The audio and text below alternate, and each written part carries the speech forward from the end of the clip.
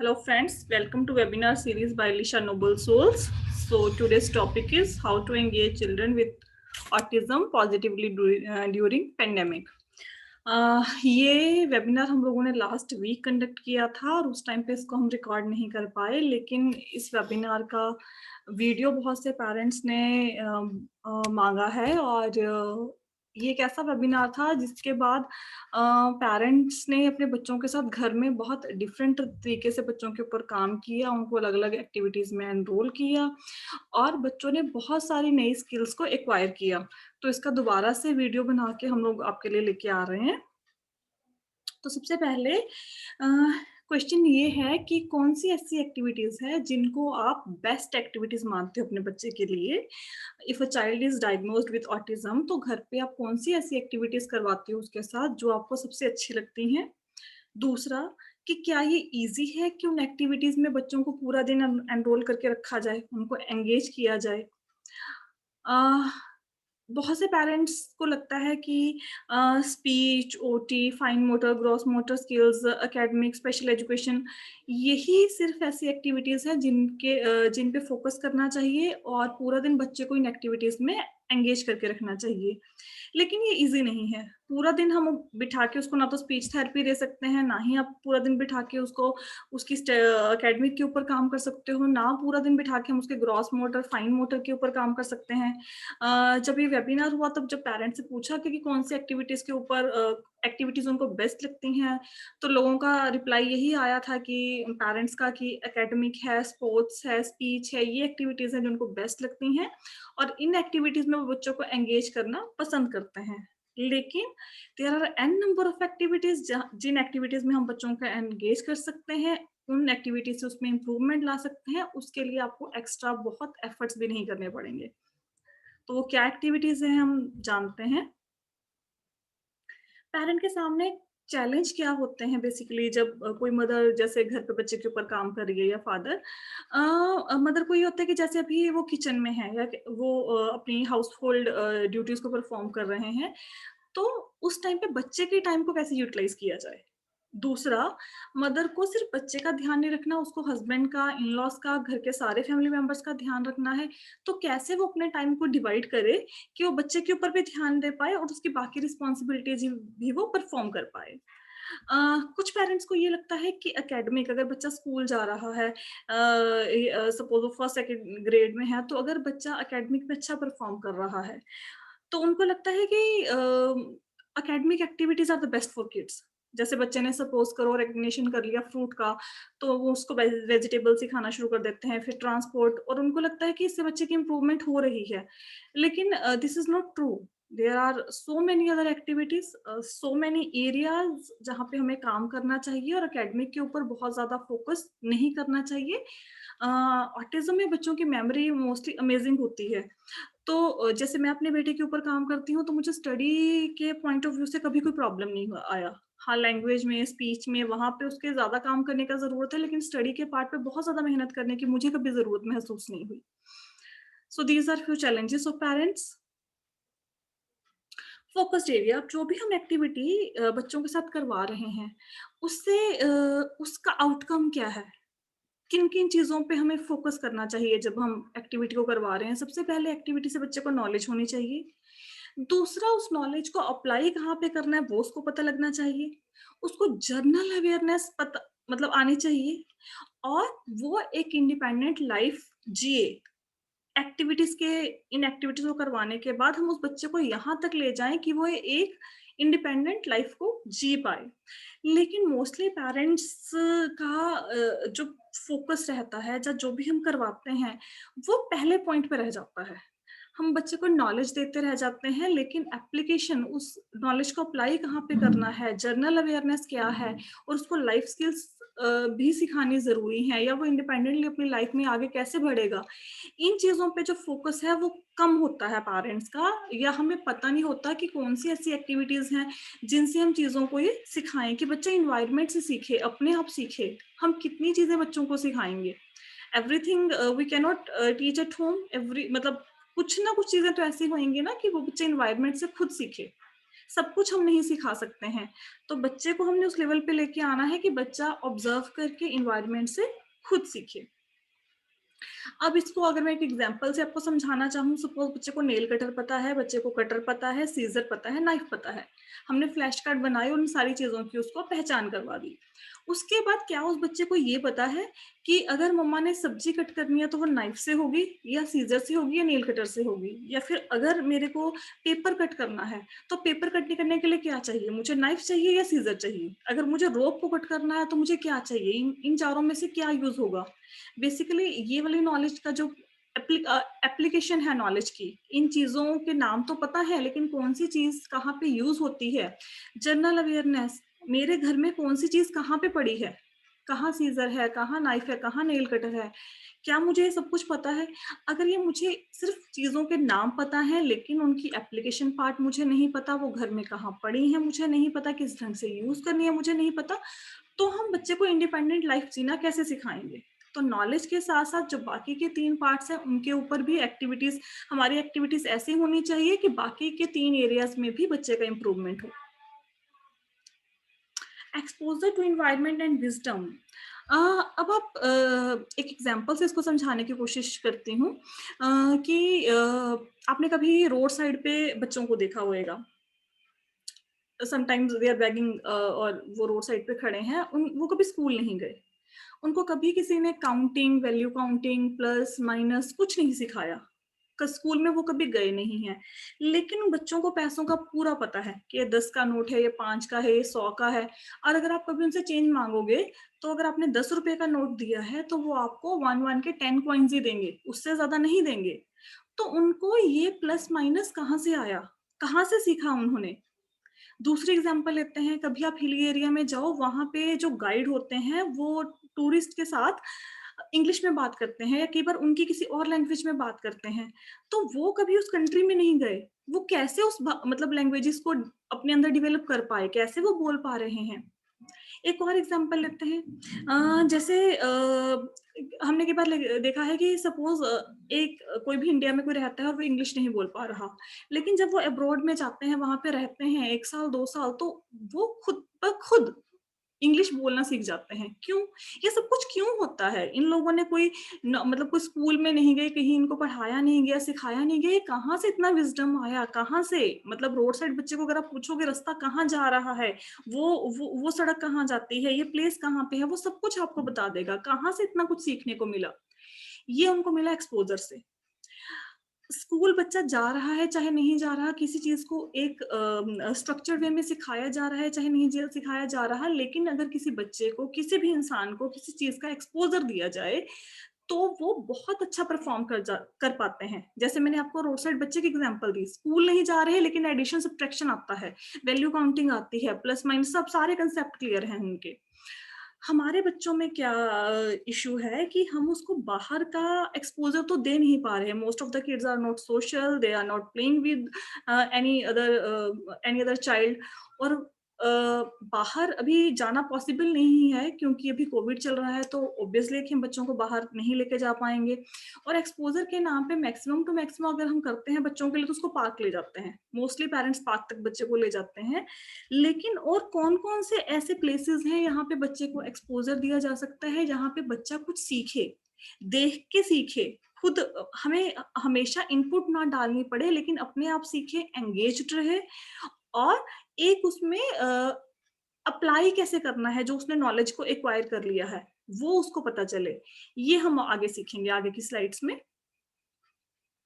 Exposure के लिए कम से कम, अगर आपके बच्चे घर बाहर नहीं जा पा रहे, सोशल नहीं है, कम से कम घर में जो भी एक्टिविटीज़ हो रही हैं, उन एक्टिविटीज़ में बच्चों को एनरोल कीजिए। जितने भी एक्टिविटीज़ आप करते हैं, घर में एक्सपोज़र देने का मतलब क्या है?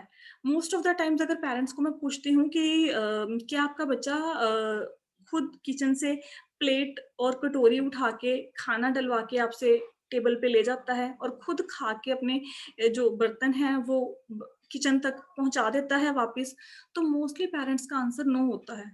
अगर बहुत से पेरेंट्स करते क्या हैं कि मदर प्लेट में खाना लेके, पूरा कटोरी रख के, सब्जी डाल के, रोटी लेके बच्चे के पास आ जाती है, उसका अगर फोकस रहेगा, मेजर फोकस उसका रहेगा कि बच्चा एटलीस्ट सेल्फ फीडिंग हो जाए, खुद खा ले, ओके? इससे ज़्यादा कोई एक्सपोज़र बच्चे को नहीं दिया जाता घर पे। कि अगर पूछा जाता है कि मोस्टली बच्चों को पता है कि घर में कौन-सी चीज़ कहाँ पड़ी है, तो बच्चों को ये भी नहीं पता होता, उनको ये भी नहीं पता गिलास कहाँ है, कटोरी कहाँ है, प्लेट कहाँ है, कौन-सी चीज़ मेरी मम्मी कहाँ पे रखती है। क्योंकि प्लेट आई, बच्चे के आगे खाना लगा, बच्चे ने खाया, खाया नहीं तो मदर ने खिलाया, प्लेट उठाई मदर ने और किचन में रख दिया। इसमें बच्चे को क्या एक्सपोज़र मिला? कुछ भी नहीं। तो हमारे पास कितनी अच्छी अपॉर्च्युनिटी थी बच्चों को एक सीक्वेंस ऑफ एक्टिविटीज़ सिखाने की, घर के सामान कहाँ पे क्या पड़ा है सिखाने की, लेकिन हमने उस अपॉर्च्युनिटी को लूज़ कर दिया।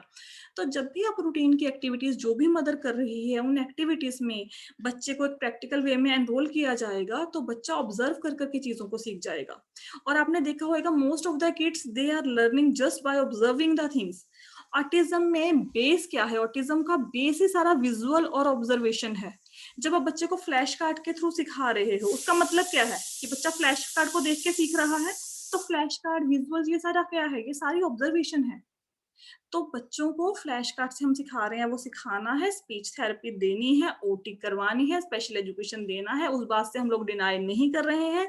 लेकिन बच्चे को एटलीस्ट जो घर में आस-पास उसके जो भी घटनाएँ हो रही हैं, जो भी काम चल रहा है, उसकी उसको नॉलेज दें। तो क्या-क्या रूटीन एक्टिविटीज़ है जहाँ पे हम बच्चे को एनरोल कर सकते हैं?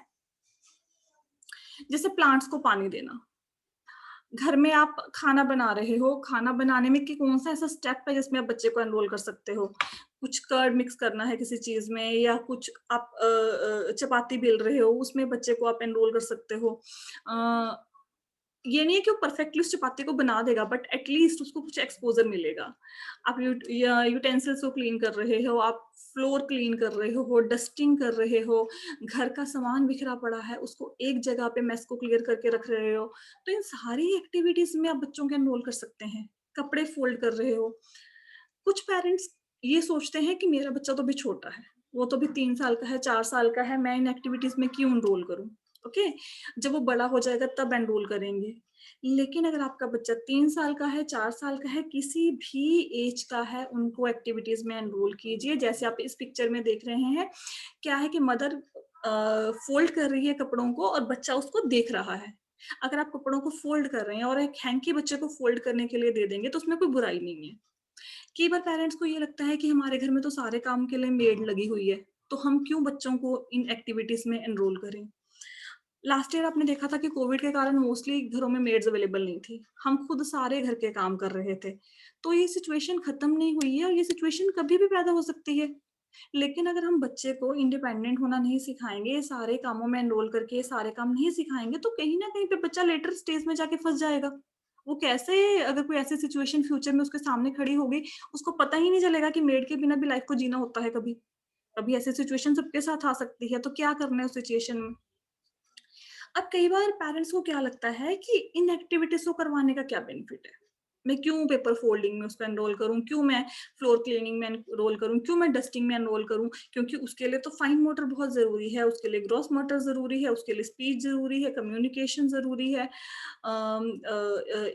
इमोशंस को कैसे एक्सप्रेस करना है, वो बहुत ज़्यादा ज़रूरी है, एकेडमिक ज़रूरी है। इन एक्टिविटीज़ से क्या होगा? जितना एफर्ट आप बाकी एक्टिविटीज पे लगा के ये स्किल्स बच्चे में एक्वायर कर रहे हो whether there is fine motor gross motor academic social ये सारी की सारी स्किल्स इक्वली इंप्रूव हो सकती हैं अगर आप टेबल टॉप एक्टिविटीज के साथ साथ बच्चे को रूटीन की एक्टिविटीज में एनरोल कर लें। यहाँ पे मैं आपको एक एग्जांपल दे रही हूँ क्लीनिंग यूटेंसिल्स का। आपको जैसे पता है सबको कि लीशा टीम के टीम लीशा रिसर्च टीम का एक की मेंबर है कृष्णा वेनी मैम, डॉक्टर कृष्णा वेनी आचार्य। उन्होंने कुछ पेरेंट्स को एनरोल करके उनको बोला कि एटलीस्ट बच्चों को 2 से लेके 3 यूटेंसिल्स डेली क्लीन करने के लिए दीजिए आप। 1, 2, 3 थोड़े से बर्तन दीजिए उनको क्लीन करने के लिए। और उसका रिजल्ट क्या आया? उस एक छोटी-सी एक्टिविटी कि बच्चे ने एक प्लेट क्लीन करी है, उससे क्या-क्या उसका इम्प्रूव हुआ। उसकी fine motor, eye hand coordination, figure ground perception और जनरल अवेयरनेस, सबके ऊपर काम हो गया। तो एक्टिविटी छोटी है, हमने फाइन मोटर के लिए और बहुत सारी एक्टिविटीज़ करी हैं।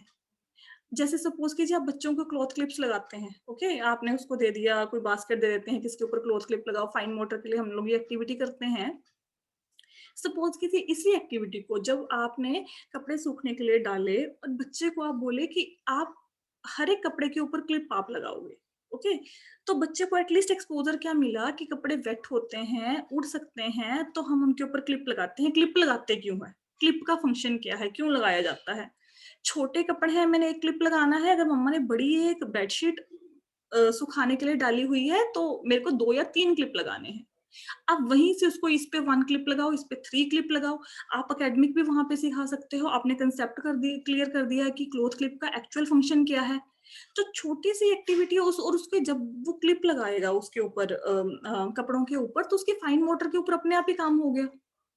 तो एक्चुअल में जब आप रियल लाइफ एक्टिविटीज़ में बच्चों को एनरोल करेंगे, तो उसकी उसमें इम्प्रूवमेंट आएगी, उसका ग्रोथ होगा, उसका ग्रोथ कम नहीं होगा और जो एक्टिविटीज़ आप बाकी बच्चों के साथ कर रहे हैं किसी भी स्किल को लेके academic, fine motor, gross motor, any any these type of activities वो इन एक्टिविटीज़ से भी इम्प्रूव हो सकती हैं, अगर उसके साथ-साथ आप ये एक्टिविटी के ऊपर थोड़ा फोकस करें।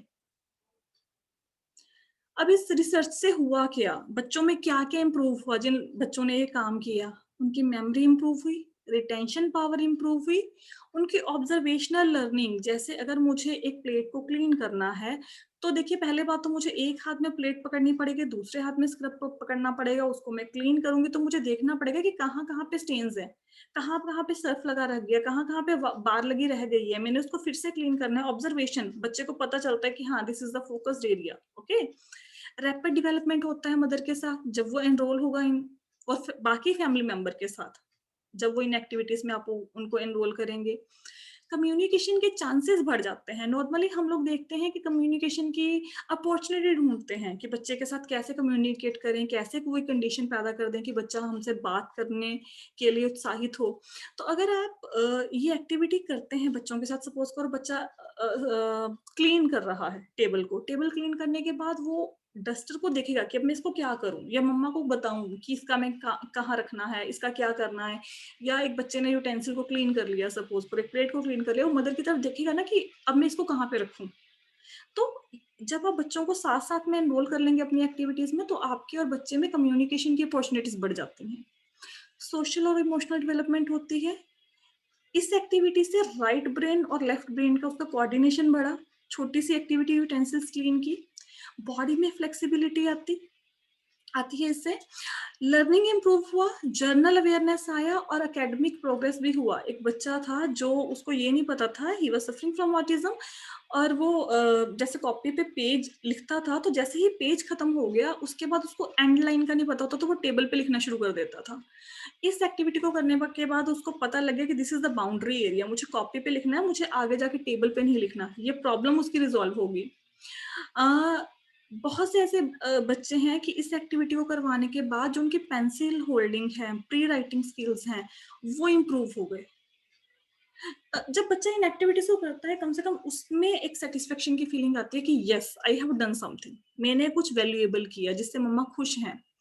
हाइपर और हाइपो सेंसिटिव इश्यूज भी कई बार इससे एड्रेस हो जाते हैं, क्योंकि जब बच्चा अकेला बैठा होता है, जब उसकी एनर्जी कहीं पे चैनलाइज नहीं हो रही है, तो ऑब्वियसली बच्चा हाइपर हो जाता है। अब ड्यूरिंग कोविड बहुत से लोग जो घर में बैठे हैं या they are working from home, मतलब समटाइम उनके नेचर में, बिहेवियर में चेंजेस आने शुरू हो जाते हैं। या कोई फ्री बैठा, खुद फ्री बैठ के देखो 2 दिन की आपका क्या हाल होगा, और आप कम्युनिकेट भी ना कर पाते हो अपनी बात को, तो आप भी हाइपर ही हो जाएंगे। तो इस ढंग से अगर हम बच्चे का एनरोल रखेंगे, उसकी चैनलाइज हो जाएगी एनर्जी, और उसकी हाइपर एक्टिविटी और ये हाइपर हाइपोसेंसिटिव इश्यूज भी काफी हद तक कंट्रोल में आ जाते हैं। बच्चे को कॉन्फिडेंस बढ़ता है, इंडिपेंडेंट होता है, और उसको डिफरेंट इन्वायरमेंट की में उसका मतलब एक्सपोजर होता है, जैसे आप इन एक्टिविटीज में अगर बच्चे को एनरोल करते हैं तो। अब करना कैसे है? ठीक है, हमें ये समझ आ गया कि ये कामों में, हाउस होल्ड एक्टिविटीज़ में उस बच्चे को एनरोल करो, लेकिन करें कैसे? ओके, ऐसा तो नहीं है कि एक दिन ही बच्चे को बर्तन दे दिए, उसको क्लीन कर लेगा, या उसको बोल दिया कि अभी जी चलो हम डस्टिंग करते हैं सारे घर की, कैसे करना है काम? सबसे पहले हर एक्टिविटी जिसमें जो भी एक्टिविटी आप घर की करते हो, उसमें कुछ सीक्वेंस होता है, स्टेप्स होते हैं।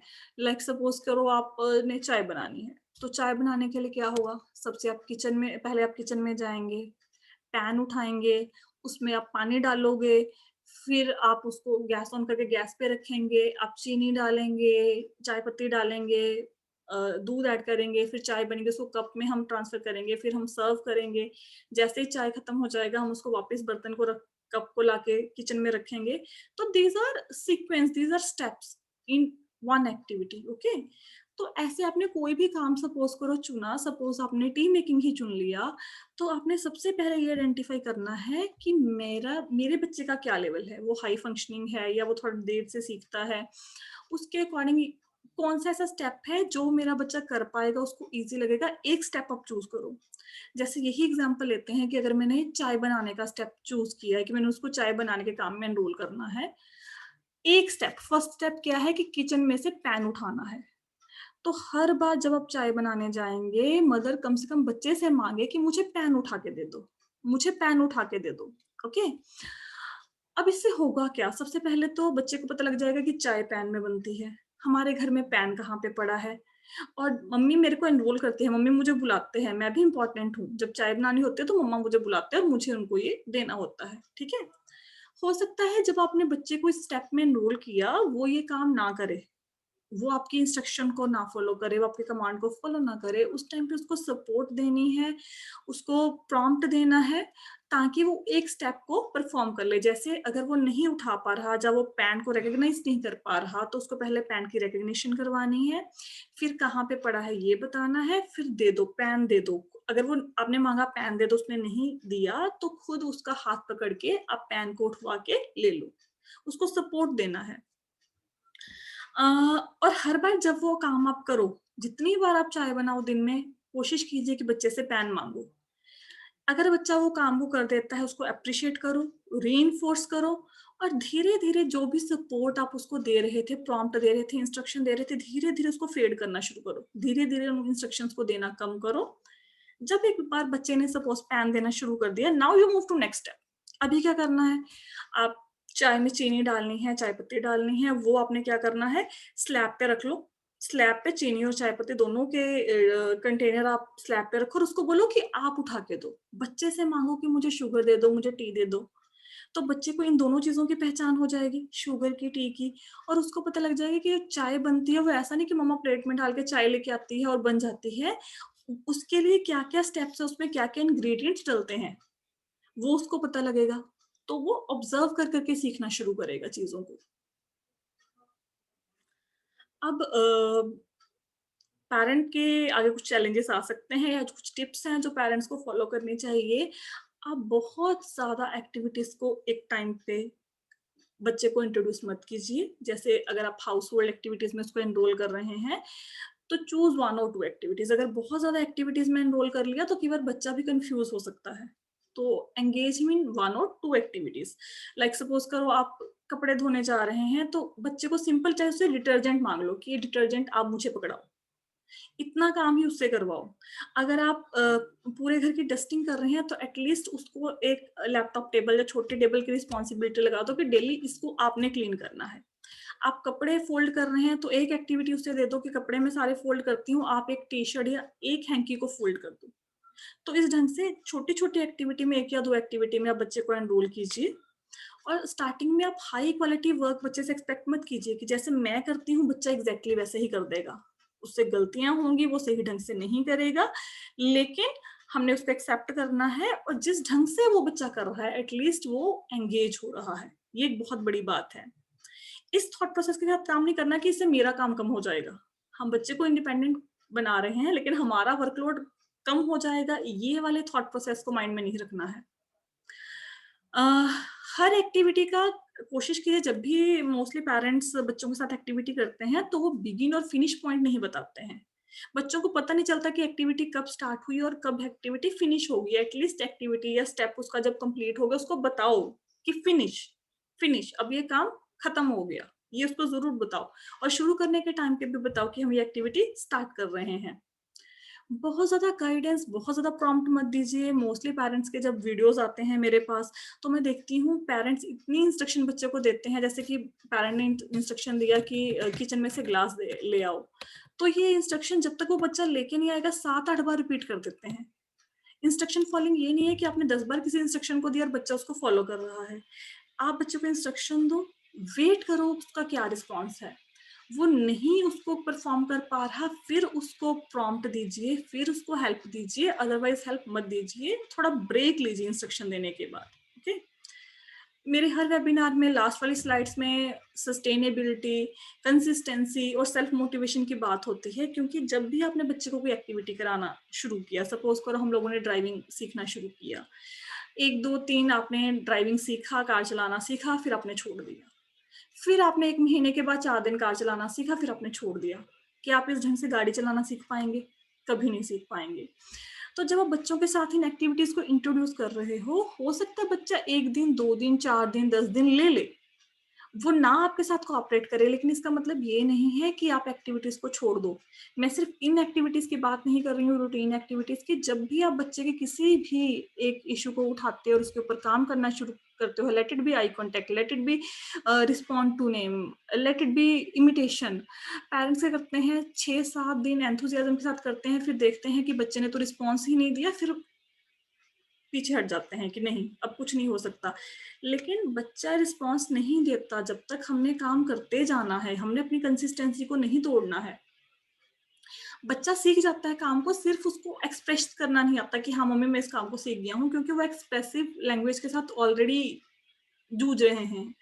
तो सस्टेनेबिलिटी के बहुत ज़्यादा ज़रूरी है, अगर बच्चे में आपको प्रोग्रेस चाहिए और अगर बच्चे में ऑटिज़्म डायग्नोज़ होता है, तो सस्टेनेबिलिटी, पॉज़िटिविटी, एक्सेप्टेंस, ये एक बेसिक रिक्वायरमेंट्स हैं, जो मतलब पेरेंट्स को इन चीज़ों के ऊपर तो काम करना ही चाहिए। At least be positive, accept it और कंसिस्टेंसी के साथ काम कीजिए।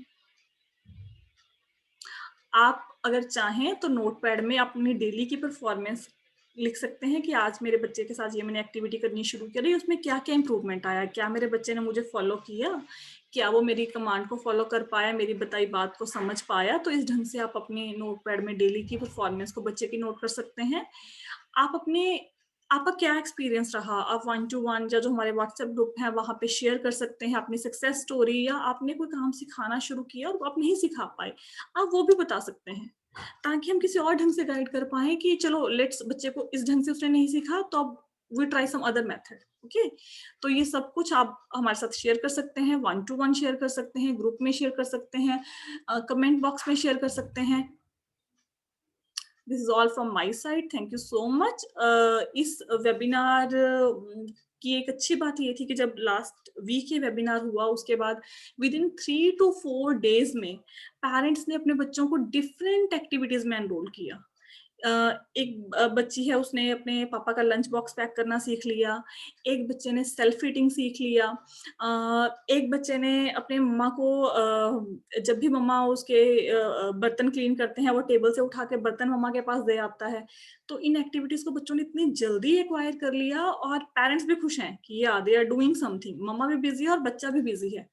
तो इस ढंग से आप बच्चों के साथ काम करना स्टार्ट कर सकते हैं घर पे। और कोई भी और टॉपिक हो जिसके ऊपर आप चाहते हो कि हमें वेबिनार होना चाहिए, डिस्कशन होनी चाहिए, तो आप कमेंट बॉक्स में लिख के बता सकते हैं। Thank you so much for listening.